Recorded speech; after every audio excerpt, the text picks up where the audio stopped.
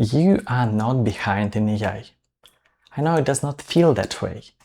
Every week brings a new model, tool or agent and someone saying you're so behind if you not use all of it. I am Aleksandr Zelenin. I've been building software for over 20 years and I am still learning how to use AI properly.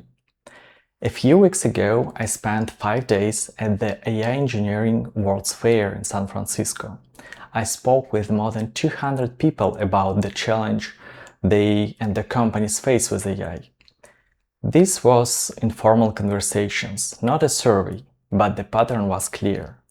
Almost nobody has this fully figured out yet.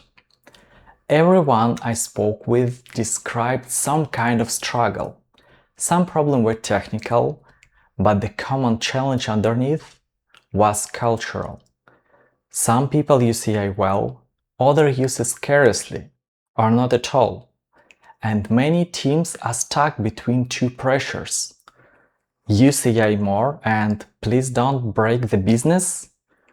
The biggest risk is not simply that AI make mistakes. AI produces something that looks finished before the human has really understood the problem. A manager can get a polished strategy built on shallow assumptions.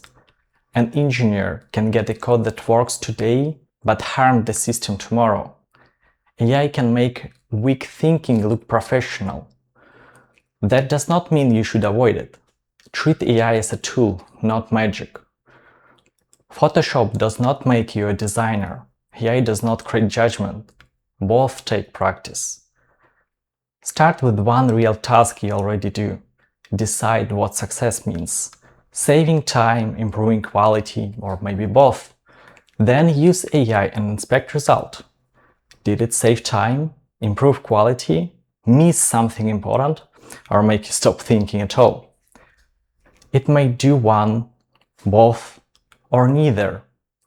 There is no universal playbook yet.